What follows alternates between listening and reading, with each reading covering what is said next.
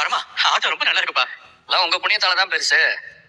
உன்னோட புண்ணியத்தாலதான் நாங்க மான மரியாதையை இழக்காம இருக்கோம். அந்த சேதுபதியை நீ மிரட்டி துரத்துனது மறந்துடுமா? அதுக்கு முன்னாடி நாங்க பண்ணது எதுவுமே இல்ல பரமா.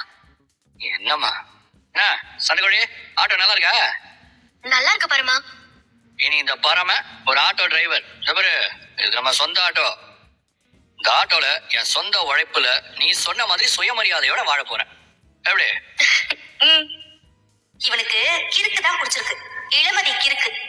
அவ சொன்னா எல்லாத்தையும் கேட்கறான். எப்படியாவது ரிஷி கிட்ட இந்த விஷயத்த சொல்லணும். சரி இளமதி, வா ஆட்டோல ஏறு வா. என்ன பரமா, எதுக்கு? என்ன நீ ஆட்டோ ரெடி பண்ணி முதல்ல இங்கதான் கொண்டு வந்திருக்கேன்.